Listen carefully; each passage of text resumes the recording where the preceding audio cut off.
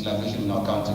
For President Muhammadu Buhari, it is seemingly absurd or even contradictory that Nigeria, as more of a gas nation, focused on oil over the years, hence the more proactive push towards gas development by his administration. We acknowledge that Nigeria has still more work to do in the gas space. Gas has enormous potential to diversify and uplift Nigeria's economy for the good of the country. We intend to seize this opportunity.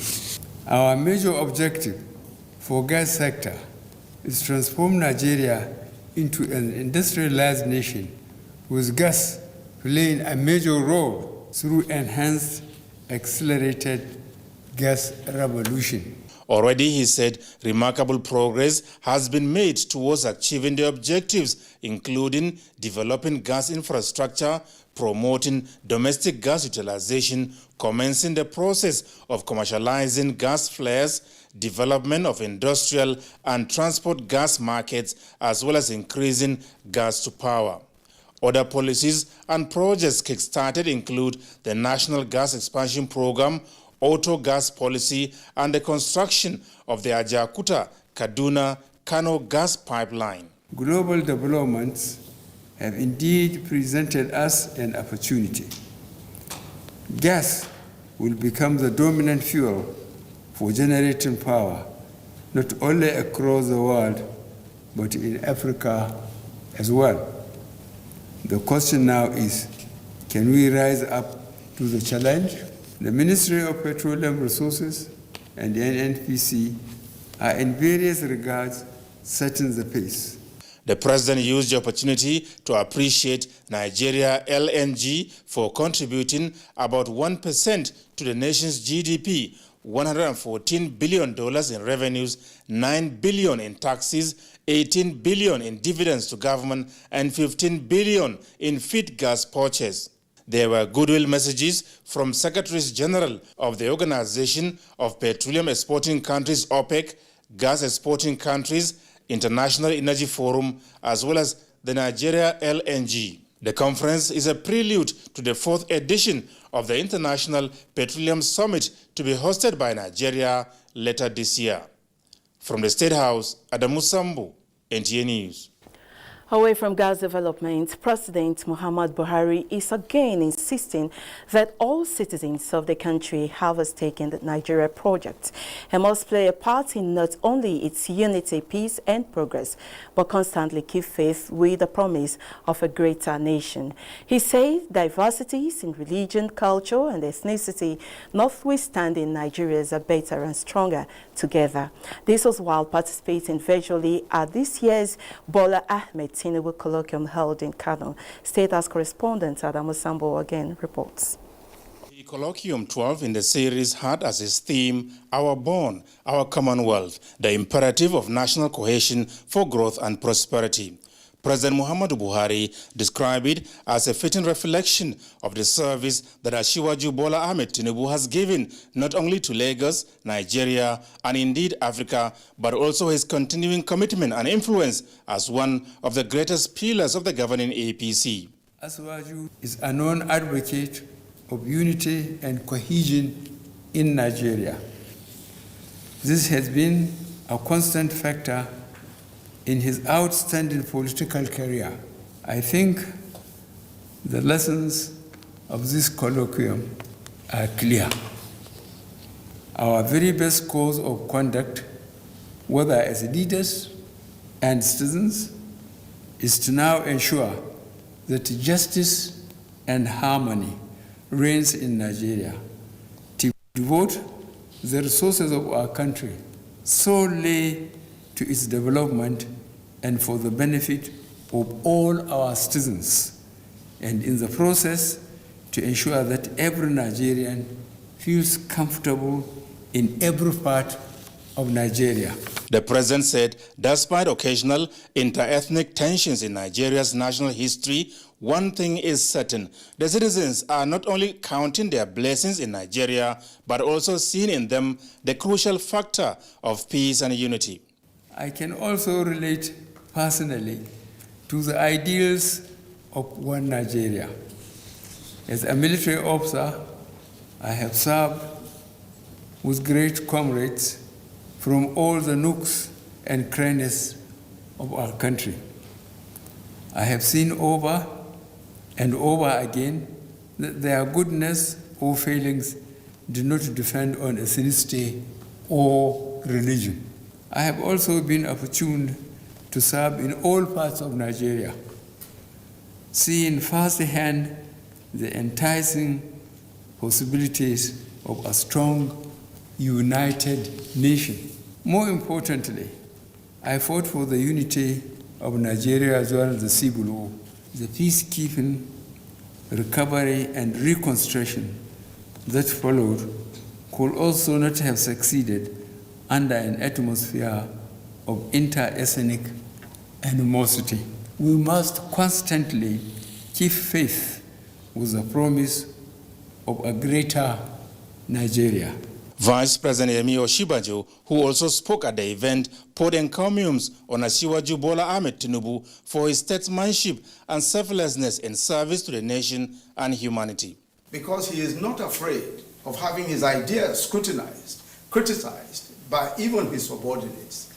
He's able to lead a vast array of persons of strong, deeply held convictions and a variety of ideologies. He is completely comfortable engaging across ethnic, religious, and partisan divides. The colloquium is put together to commemorate Asiwaju Bola Ahmed Tinubu's 69th birthday. From the State House, Adamu Sambu, NTA News. Similarly, President Muhammadu Buhari has described the national leader of the All Progressives Congress APC as an icon and pillar of democracy in Nigeria and West African sub-region. He was speaking virtually at the 12th colloquium to celebrate the 69th birthday of the former Lagos governor, which held in Kano. Birthdays are traditionally a moment for merrymaking, but for the former governor of Lagos State, Bola Ahmed Tinubu, it is more than just that. For the past 12 years, it is being used to reflect on the state of the nation and proffer solution. As he clocks 69 this year, the colloquium focused on unity. Our common bond, our common wealth, the imperative of national cohesion for growth and prosperity is the theme of the 12th colloquium. This topic is a challenge to the politicians, to the elites, even to the ordinary men in Nigeria. Today is Assurance Day. It's about him and it's about Nigeria. This colloquium is with a difference. It is different because it demonstrates the sense of unity in Nigeria. Other speakers express optimism that Africa will achieve the envisioned growth and prosperity despite prevailing challenges. Bringing the event to Kano, the celebrant stated, is to strengthen the bond of brotherhood among Nigerians of diverse ethnic and religious backgrounds. It's because there is a Fulani man who gave his daughter to a farmer, Yoruba man. For Governor Ganduje, this is a great honor to the state and its people. In Kano, Abdullahi Mustafa, NTA News.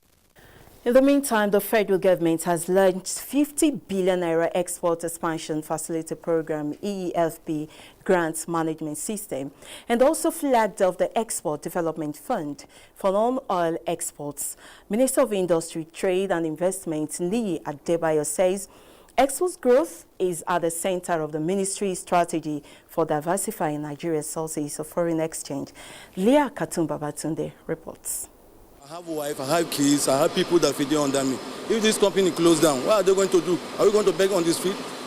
So we are scared. As you can see, we are all scared. We are not happy because every day I come in, I'm afraid. I don't know what is going to happen in the next tomorrow. This was Ibrahim Ali 3 years ago at one of the manufacturing companies in Sharadaya Estate, Kano, a concern they attributed to the export expansion grant facility.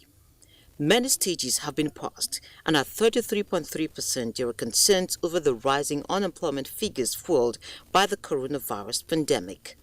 However, there is good news. as the federal government flags off the Export Expansion Facility Program (EEFP) to increase non-oil export capacity in the near term and volumes in the medium term.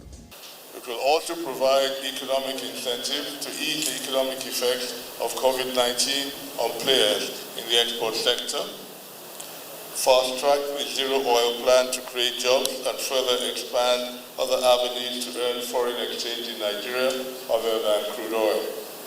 The Export Development Fund would serve to complement the other areas that were not covered by the MSME Survival Fund, that is for export-oriented businesses. The Export Development Fund will support micro, small and medium enterprises, with technology playing a critical role here, as prospective beneficiaries would have to get online and pass through thorough checks. It is part of the 2.3 trillion naira economic sustainability plan. The President approved 350 billion naira to clear backlogs on the EEG. So the National Assembly has approved so far 194 billion out of it, and they've been paid. So the others that have not been paid, there have some delay in the last National Assembly, the 8th National Assembly, but this one will sort it out. So those companies will benefit under some kind of COVID relief.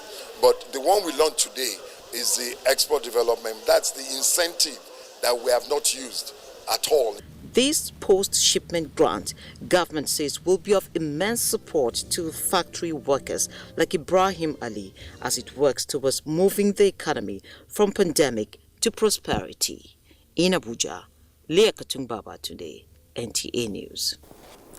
And joining us in the studio is the Deputy Director of Incentives, Nigeria Export Promotion Council, Dahatu Lawal. You're welcome to NTA International Studio, Mr. Lawal. Thank you very much.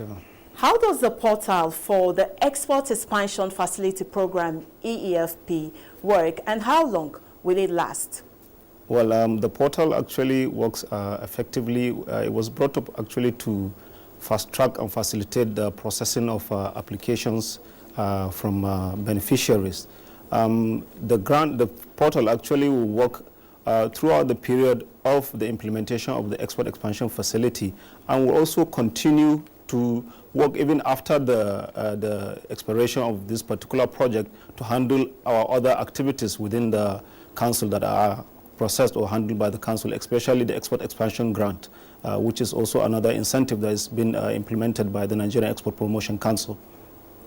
Mr. Lawa, are there categories of goods eligible for the program and target destination?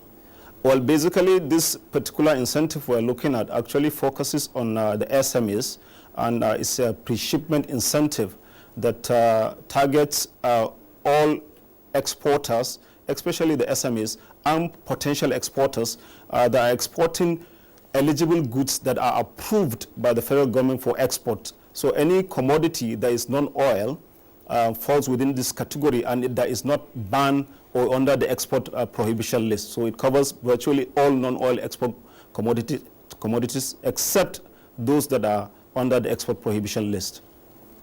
Okay, now, are there quotas for women, youth, and also the people living with disability? Yes, well, the Export Development Fund actually it's more of a gender sensitive, in the sense that even in the online portal that has been developed, it was specifically one has to indicate whether, especially gender, is whether those companies are run by female or any lady. Well, in terms of those having disabilities, the scheme actually looks at generally where it's more of a company-specific kind of a program that focuses on companies that are Nigerian companies. So whether that company is owned by a disabled person or a youth, it's covered automatically by the grant. And then the Export Expansion Facility, as a general program, actually has components that focuses on women, that the Women in Export program that is covered within the particular program. And then there's also the Youth Export Development Program, which is also within the EEF that covers those particular group of people. Oh, okay. It's a good thing you actually say that. It's actually focusing on Nigeria industries as well as company. Thank you very much, Mr. Lawal. At this point, we'll let you go. Thank you for coming to us. Thank you very much for having me. And that was Mr. Dahatu Lawal of Nigeria Export Promotion Council. Away from that, the Senate and some participants at a public hearing have reaffirmed their positions that the passage of the teaching hospital for the Modibo Adama University, Yola, and the National Dermatology Hospital, Garikida establishment bills in Adamawa State has become very necessary. National Assembly correspondent Ignatius Nkwo completes the report. Less than 1 month after the Senate considered and passed for second reading bills seeking to establish teaching hospital for the Modibo Adama University, Yola, the Federal Medical Center, and the National Dermatology Hospital, Garkida, they have been subjected to public hearing. The establishment bills focus on growing the health infrastructure and human capital development for the health sector. Presently, Nigeria, a country of over 200 million people, does not have a tertiary health hospital dedicated to dermatological issue and training. The intent of the bills, sponsored by Senator Aishatu Dahiru Binani, is to give legal backing to all existing federal medical centers in Nigeria, strengthen health facilities and personnel in the Northeast and Nigeria in general. Existing federal medical centers automatically become teaching hospitals following presidential approval in states that have federal universities without medical schools. What the Senate does is to give a backing, and this is what they are doing today. I'm totally in alignment with this, and I think it's great, and we thank President Muhammadu Buhari for all his support to the people of Adamawa State. The public hearing also sought public opinion on the motion to regulate the manufacturing, importation and use of syringes and needles to protect lives and safety of Nigerians and the economy. But the information that is being provided that most of these importations are substandard ones. And because of that, they are cheap. They are killing the local manufacturers. The public hearing was convened by the Senate Committee on Health. From the National Assembly, Ignatius Nkwo, NTA News. You're watching the news on NTA International. Let's take a short break now. More news when we return. Do stay.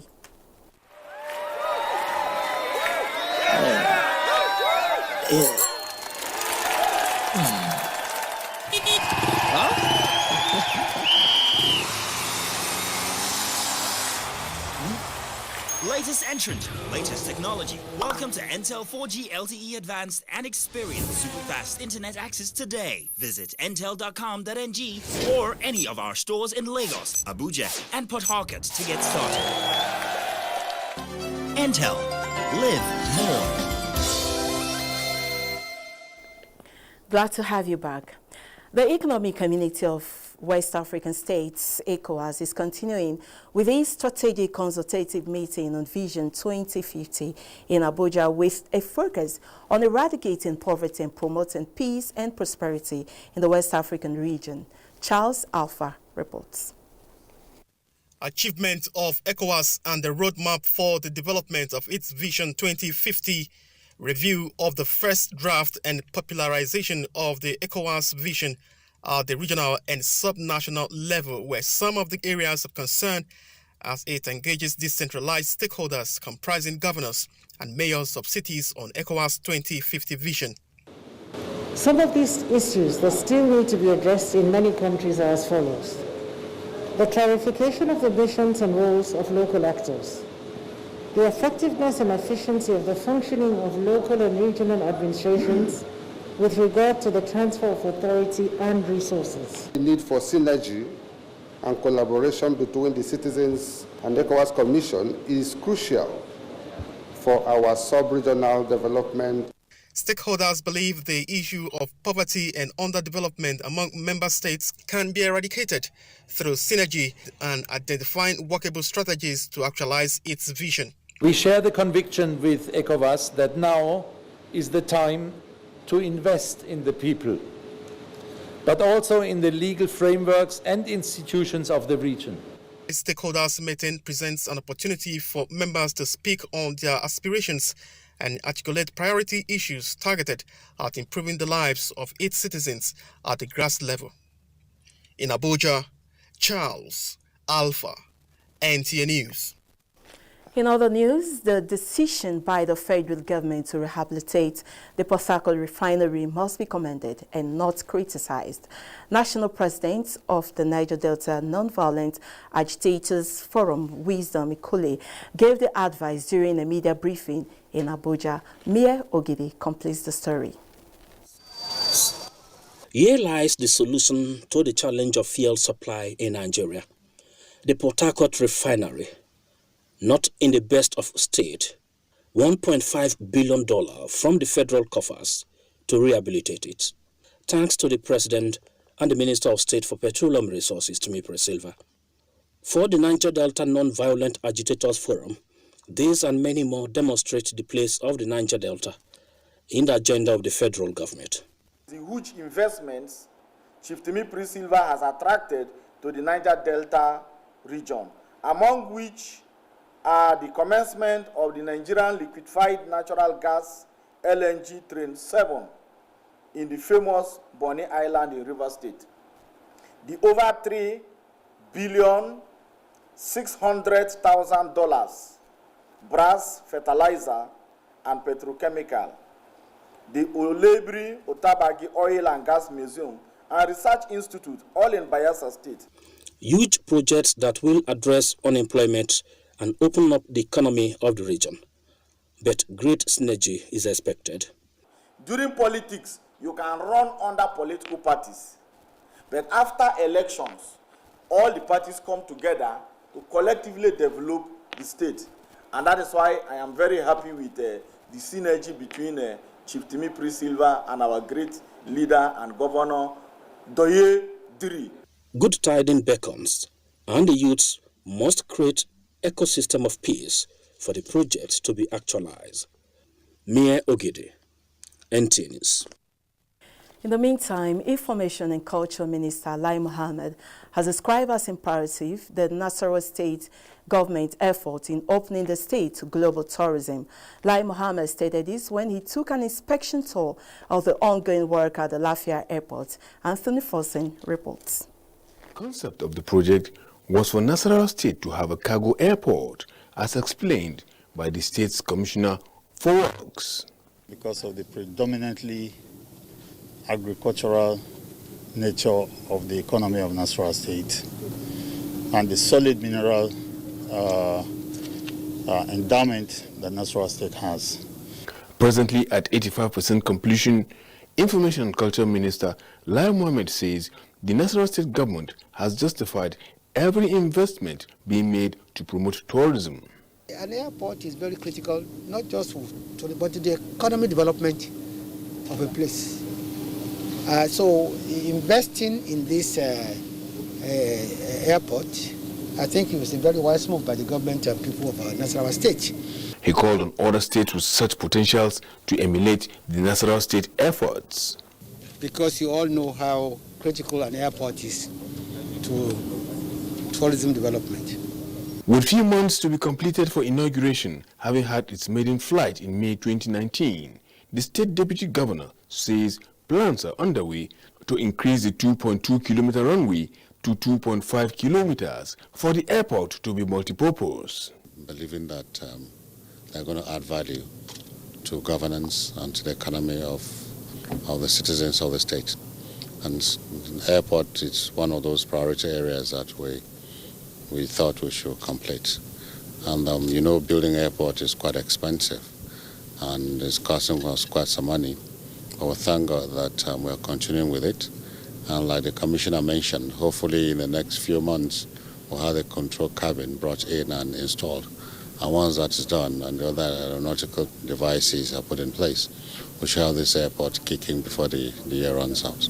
And in terms of flight safety, the airport, he added, will come handy for flights in distress. Anthony Fossen, NTA News. And now sports updates with Tamara Ebiwe.